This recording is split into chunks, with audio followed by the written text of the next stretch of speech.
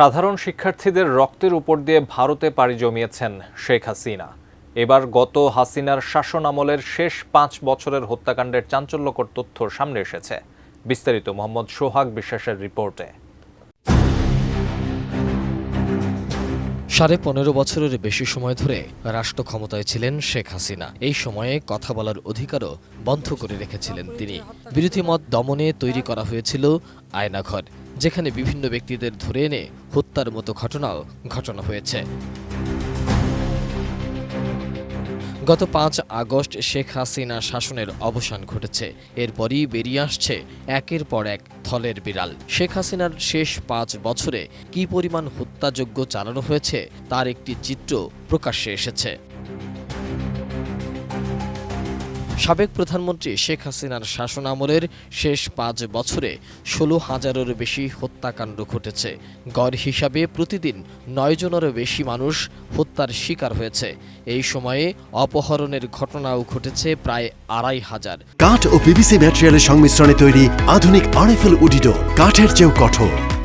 Police সদর দপ্তরের হিসাব অনুযায়ী এই ৫ বছরে নারী ও শিশু নির্যাতনের ঘটনাও আঁতকে ওঠার মতো। ২০১৯ থেকে ২০২৩ সালের ডিসেম্বর পর্যন্ত খুন ও অপহরণের পাশাপাশি ছিনতাইয়ের অভিযোগ মিলেছে ৯,৯৫৫টি, আর ডাকাতির মামলা হয়েছে ১,৬০০টি।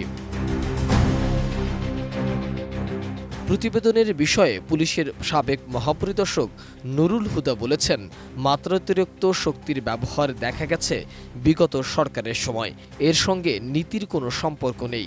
গদি টিকিয়ে রাখতে আইন শৃঙ্খলা বাহিনীকে খেয়াল খুশিমতো ব্যবহার করেছে শেখ হাসিনা সরকার। তাতে অপরাধ বেড়েছে হু হু করে। পুলিশ রংপুরের যে হত্যাকাণ্ডটা, মানবাধিকার কর্মীদের ধারণা, মামলার নথি ঘেঁটে যে পরিসংখ্যান মিলেছে বাস্তব অবস্থা তার চেয়েও ভয়াবহ। গত ৫ বছরে যে পরিসংখ্যানটি পুলিশ দেখাচ্ছে, সেখানে সব ধরনের অপরাধে মানুষ মারা গেছে। এর একটি বড় অংশ আইন শৃঙ্খলা রক্ষাকারী বাহিনীর হাতে নির্যাতনে অথবা তথাকথিত ক্রসফায়ারের নামে হত্যাকাণ্ডের শিকার হয়েছে। তারা বলছেন, এই ধরনের মানবতাবিরোধী অপরাধের যেন পুনরাবৃত্তি না হয়, সেজন্য বিগত ১৫ বছরে সংঘটিত সব অপহরণ, নির্যাতন ও গুম খুনের ঘটনার তদন্ত হওয়া উচিত। অন্তর্বর্তী সরকার কিশোর গ্যাংয়ের বিরুদ্ধে ব্যবস্থা নিলে সামাজিক অপরাধ কমে আসবে বলেও মনে করেন তারা। মোহাম্মদ সোহাগ বিশ্বাস, এটিএন নিউজ, ঢাকা।